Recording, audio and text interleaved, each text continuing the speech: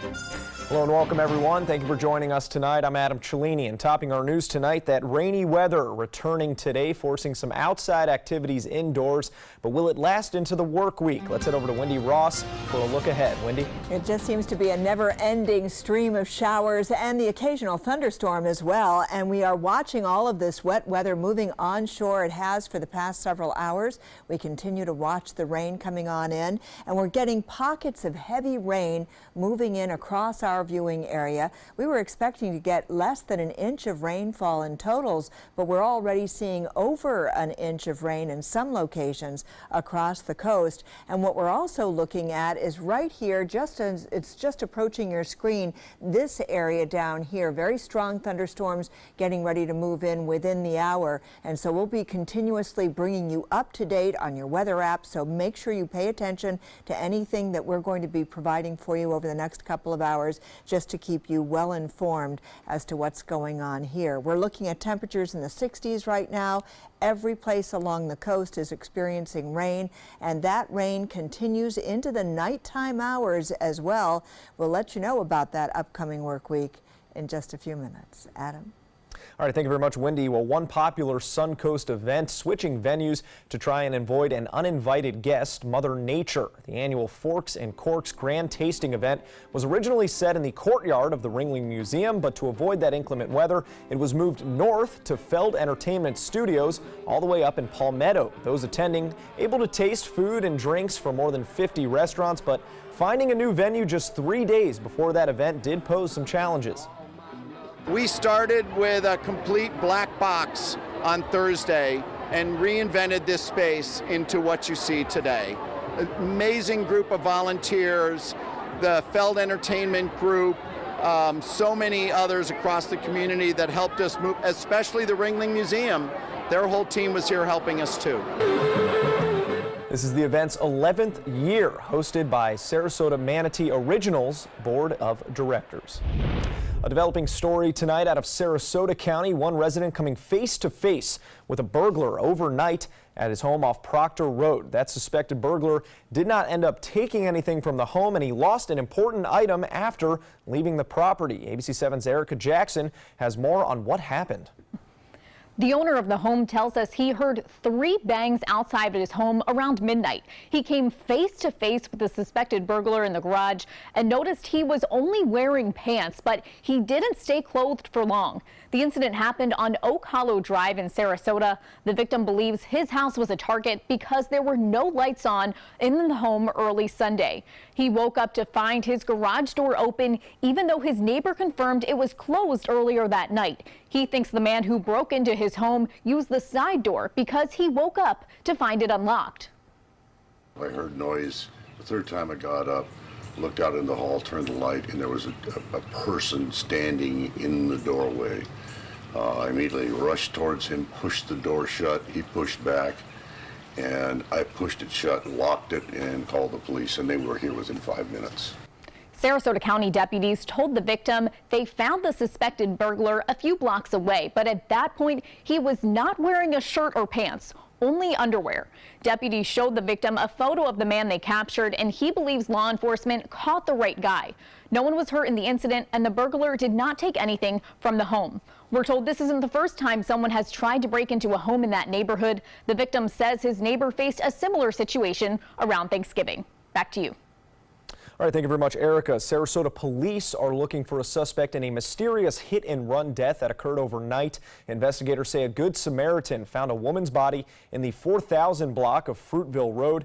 After examining evidence at the scene, Sarasota police sent out its traffic unit to investigate. They believe that incident occurred just before midnight. The victim's identity has not been released, as police are still trying to contact next of kin. Anyone with information is asked to contact the Sarasota Police Department. Well, in 2 days, Donald Trump will deliver his annual State of the Union address. As ABC's Mark Remillard reports, the president is expected to highlight his achievements before the members of Congress. Mr. Speaker, the President of the United States. It's that time of year again, the President's State of the Union address, the first one for Donald Trump, happening this Tuesday. The White House says this year's speech will focus on 5 main areas: the economy, infrastructure, immigration, trade, and national security. The president is expected to praise his tax cuts and efforts to deregulate business, saying they're responsible for a roaring economy that benefits everybody.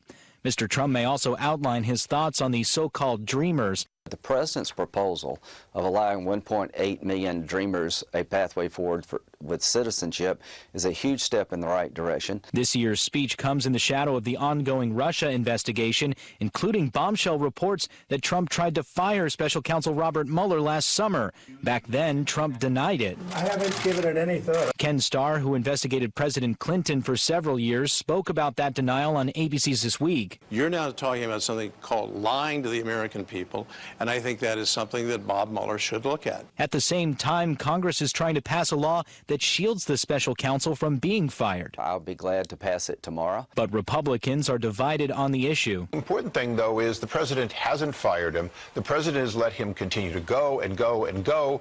Mark Remillard, ABC News, New York. Well, Senator Marco Rubio has fired his chief of staff over, quote, allegations of improper conduct. The Republican lawmaker releasing a statement on Saturday announcing that decision. In it, Rubio says an investigation revealed, quote, threats to withhold employment benefits. The senator says he was made aware of this on Friday and then traveled from Florida to Washington on Saturday to terminate his employment effective immediately. That announcement made no mention of the chief of staff's name. However, a press release on Rubio's website dated December 2016 identifies Clint Reed as Rubio's newly appointed chief of staff. The Gasparilla Pirate Festival may have wrapped up, but for hundreds of volunteers, the work is only beginning. Crews sweeping in to clean up those beaded party favors and trash left behind. And it's all hands on deck, with one of the biggest parades in the country requiring one of the biggest cleanups. Tampa officials estimate about 24 tons of trash needs to be picked up and hauled away. The city wasting no time to get their workers out, with even more expected tomorrow morning. After the party, after the parade, and we're cleaning up, I think people kind of see, wow, we did this. It's a direct visualization of the impact. Today marks the 7th year Keep Tampa Bay Beautiful will be rounding up volunteers for post-pirate party pickup, and they're still looking for more. Well, hundreds packed into Temple Sinai in Sarasota earlier today, coming out to enjoy some homemade, authentic Jewish food, from corned beef and pastrami to blintzes and home-baked breads, cookies, and pastries. We asked why people would come out again next year, and that answer was not a surprise. You meet people, and it's a nice community, and they raise money, so it's a good cause. It's good food. Can't go wrong. Covering a lot of bases there. Organizers of today's event says they have been working double time, and planning begins almost a year in advance. As for the food preparations, those started all the way back in November. Well, due to budget problems, youth sports leagues in Venice will be looking for a new practice space. On Tuesday, Venice City Council members were asked to approve a letter to the county saying it needs to notify the leagues that play at Wellfield and Chuck Reeder parks that the city had been trying to get the county to take over those parks entirely, but the talks were going nowhere. Instead, the county terminated the agreement under which it maintains those parks for the city, and without the resources to take care of it, those facilities will be unavailable starting October 1st. The move is expected to save the county $2.2 million, but it could leave local teams with nowhere to go. The city and county have a joint meeting scheduled on February 28th to further discuss this issue. A Venice-based company known for building hurricane-resistant windows and doors is growing. Local construction company J.E. Charlotte Construction has landed the contract to build a 28,000 square foot building for PGT. It will be built on Technology Drive in North Venice. The new building will connect 2 of PGT's existing glass plants, and it will create more space for operations. Construction is scheduled to start this month and expected to be completed sometime in the fall. And also, the city of Venice is becoming more efficient with its trash collection. The city's solid waste department in its second phase of automated trash collection in residential areas. A contractor will be delivering 3,000 new trash cans during the second full week of February. And then trash collection will continue twice a week. If you receive a can, you should start using it during the next regular pickup day. The solid waste department will collect your old cans. Just add a note designating them for pickup. Phase 3 of the process will begin next year, with Phase 4 starting in 2020.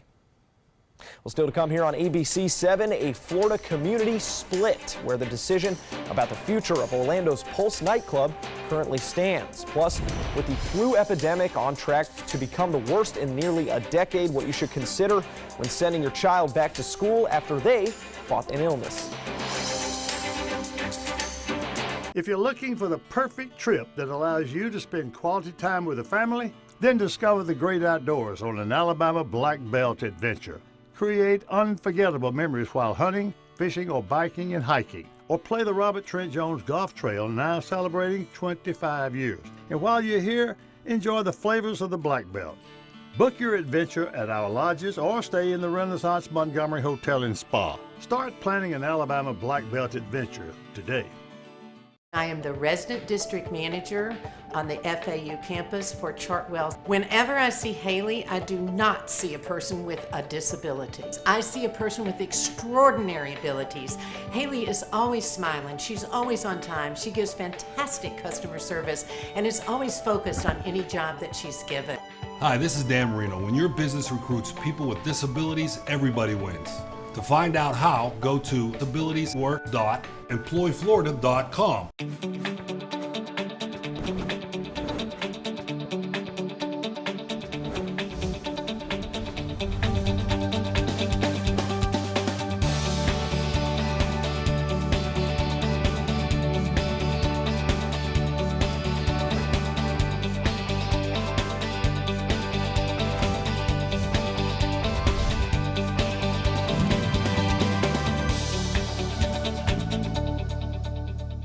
Want the latest weather and traffic conditions wherever you go? Introducing ABC 7's revolutionary new First Alert weather app. With our state-of-the-art new weather app, you get up-to-the-minute weather alerts, interactive radar maps, current conditions, 10-day forecasts, real-time traffic maps, and weather video from ABC 7, all at your fingertips. And it's free. Just search Suncoast WX in the App Store and download onto all your devices today. Sponsored by Mr. Sparky. Meet Blue. Blue's not feeling well. The prescription? Generic medication. Blue wonders, do they really work as well as name brands? Yes, generics and name brand medications do work the same. Even though they may look different, generics have the same key ingredients. FDA approval is equally rigorous for generics to make sure they're as safe and effective as name brands. And Blue even saves some green, making him a little less, well, blue. Talk to your doctor about generics and visit fda.gov/generic drugs. Everything all right? Actually, you know how Tom had knee surgery? Sure. We found out Brad's been taking his painkillers. And it turns out he's been doing it for a while.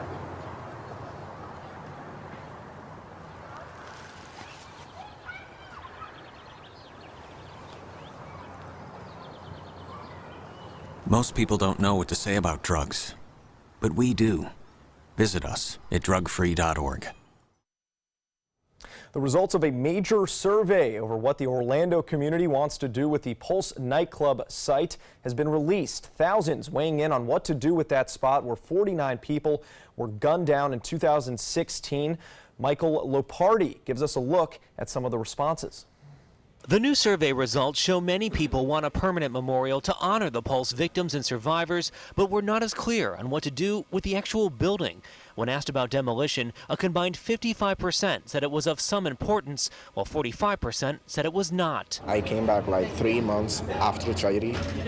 I lost everything there. Jose Diaz-Roman says he lost friends in the tragedy. He wants the building to stay as a reminder of the good times. A place of where you can feel accepted, loved, a place where you can go and dance, have a good time with friends. About 2,200 people took part in the survey. The results were just released at this community meeting where Pulse owner Barbara Poma led the discussion. We also wanted to hear their feedback, and then for people who didn't get to take the online survey, would be able to come and voice their opinion, see the survey results, and also tell us what they would like to see. The meetings also allow us to hear what people don't want to see. For example, any mention of the shooter who caused this tragedy. The One Pulse Foundation released renderings of what an interim memorial would look like. That work is expected to begin in the coming weeks. As for a permanent memorial here, that may still be years away.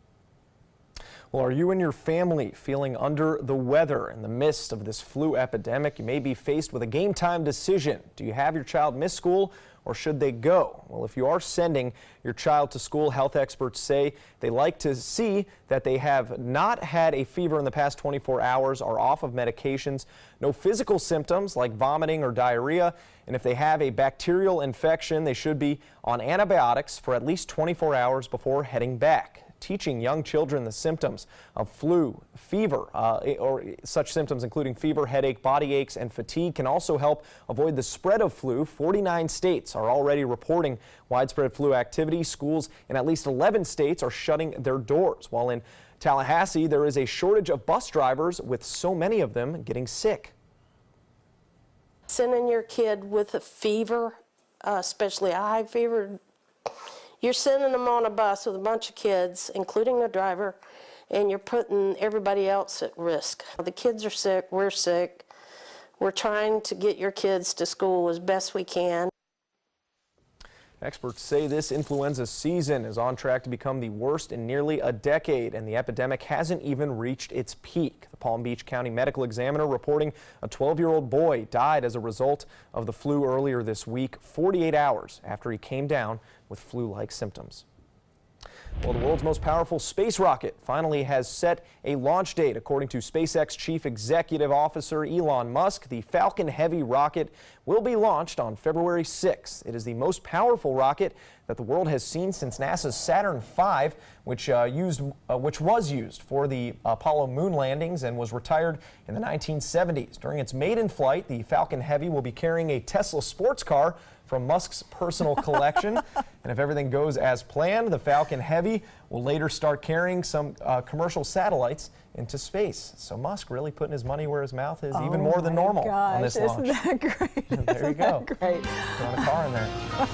Well, not maybe the Florida weather that some tourists hope for, but you know, just kind of persistent rain back. And this is a very dry time of the year for us, so actually it's always good when we can get rain this time of the year. And this has not been a severe weather day, it's just been a prolonged rain event. Sure. So that's what we've been experiencing. We haven't had the cold front come all the way through yet, but we have had cloudy weather since mostly this morning, and then as the day wears on, of course, you can see the showers hitting our lenses, and we have been experiencing the rain for the rest of the day. So that's what's been going on. Right now it's 66 degrees, 66 dew point. That gives us 100% humidity, and the winds are calm right now, so that's all about to change as well. Temperatures all around the state are fairly mild, mostly in the 60s and 70s. For us, you can tell where it's been raining because that is where we're looking at 60s right now.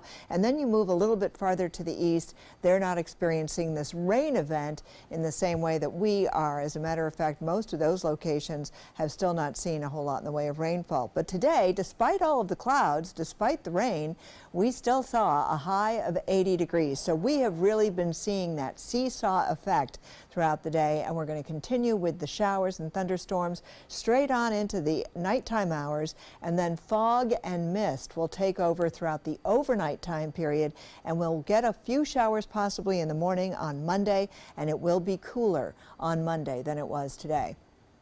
So here's the front, and you can see it slicing across the southeast, stretching out into the Gulf of Mexico, and this low pressure system riding along that front is the developing low that was responsible for the showers that have come on in. That sweeps out into the Atlantic. Cold weather is going to move in behind it. We do have another cold front that's going to be affecting us at the end of this upcoming week, and that high pressure system is also going to help to bring about some stronger winds once that cold front goes on through. So you can see this elongated stretch all the way from the northeastern part of the state straight down through our viewing area and then out into the Gulf of Mexico. And now we're starting to pick up some lightning associated with these showers and thunderstorms as they come on through. So that's what we're looking at. Very isolated, widely scattered thunderstorms. And we're going to continue to watch as these heavy rains are now starting to move into the center of the state. And we've also got some showers out here that are going to be coming on in. So this is just going to be a steady, steady bit of rain that will continue for the next several hours with patches of very heavy showers coming on in. We get some breaks in the rain, and then we're going to start to see some heavier showers coming on through. So right now, a large portion of our viewing area getting some good, strong, steady rains. And the outcome of that has been well over an inch of rain in some locations across the southwestern corner. And so that's what we're looking at right now. And tomorrow's forecast is going to be mostly cloudy skies for the entire day, and we'll only see our temperature right around 70 degrees for the daytime high. We're looking at boaters, looking at winds coming in out of the west in the morning and then shifting around once that front comes through out of the north at 20 knots. Seas will range from 2 to 4 feet and then move up to 5 feet throughout the day. It will be choppy out on the bay and inland waters, and small craft advisories will probably be posted tomorrow. So we're going to experience that as well. 70 degrees if you're heading on out to the beach. Tonight, showers and thunderstorms. We're looking for a temperature reading of 65 degrees for tonight. But we're going to make Tuesday our first alert day because that's going to be the coldest day of the week. 65 for the high, 43 for the overnight low, and then we're going to steadily see our temperatures rise until the next cold front comes along. It'll bring us a little bit of rain, but it certainly won't be a problem for us. As you can see, it's going to be a pretty good week after we get through with this rain on Monday. Adam? Now, sports. Well, what a weekend in sports for the state of Florida. Racing up in Daytona, the NHL All-Star Game happening up in Tampa, but we start right in the middle. Orlando hosting the NFL's All-Star Game, the Pro Bowl. And then the first quarter, a similar or a frustrating sight all year for Bucs fans. Drew Brees hitting his man Adam Thielen from the Vikings for the game's first touchdown. As you can see, putting the NFC up. NFC had a great first half. Here's a play later in the first quarter. It's teammates Le'Veon Bell and Ben Roethlisberger exchanging a flea flicker for a screen pass, something you don't see every day. Doesn't even go for a first down for the AFC. And in the second quarter, you could see the rain starting to roll in up there in Orlando. Tyreek Hill unable to handle a punt, and it's a defensive touchdown for Budda Baker and the NFC, one of 2 defensive touchdowns in the first half. But the AFC comes roaring back. They win it 24-23. In college basketball, Florida State and Miami meeting for a second time this season. Neither team currently in the top 25. That alley-oop right there, a big one for the Canes. It ties the game with a minute to go, and in overtime, the Noles take a 5-point lead and go to their playmaker, Terrence Mann, and one, and the bench absolutely loving it. Florida State avoiding the season sweep, beats Miami in overtime. Mann finishing with 14 points, and Larry Walker IV had a game-high 23 for Miami. And up in Tampa, 4 Lightning players representing the Atlantic in the NHL All-Star Game tonight. 3 of the Lightning forward Nikita Kucherov had a hat trick in the Atlantic's opening 7-4 win. They advanced to the final match against the Pacific Division happening right now. It's at the end of that first period, and the Pacific is up 3-1. More to come here on ABC 7. Stay with us. Hi, I'm Janelle Hale, founder and CEO of the National Breast Cancer Foundation. No one should face breast cancer alone. When I was diagnosed 36 years ago, there was no internet, and I had to make a decision with little information. Early detection saved my life. It could save yours too. To learn what every woman needs to know about breast cancer, visit nbcf.org/hope. My life motto is keep moving. And as hard as it was when my husband passed away, I knew I had to keep doing what I love. Oops, coming. But I needed help with my insurance, and that's what the NAIC provides. They have resources to help you and your family make the best decision, and they'll help you to keep moving forward, just like me. My name is Haley. I have Fragile X syndrome. I work with Chartwells at Einstein's at FAU. I like being up front and interacting with students. The students are very nice and very hungry. Having a job is a big ticket for independence. Hi, this is Dan Marino. When your business recruits people with disabilities, everybody wins. To find out how, go to disabilitieswork.employflorida.com. Soldiers in the Army National Guard live up to a set of time-honored principles. I will always place the mission first. They stand ready to respond to any crisis. I will never accept defeat. They serve in their communities as citizens and as soldiers. I will never quit. They train part-time to be ready to serve at all times. I will never leave a fallen comrade. Learn more at nationalguard.com. Here we go. We're gonna go out there in the rain. You're gonna get wet. All right, here we go. Go,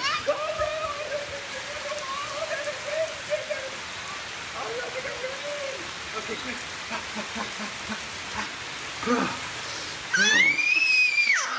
Oh yeah, yes. So much fun. Mwah. We're getting so wet. A promise was made. A promise that hit the beaches of Normandy. A vow that captured Iwo Jima. A contract that weathered Tet. A pledge that stormed the desert in Iraq.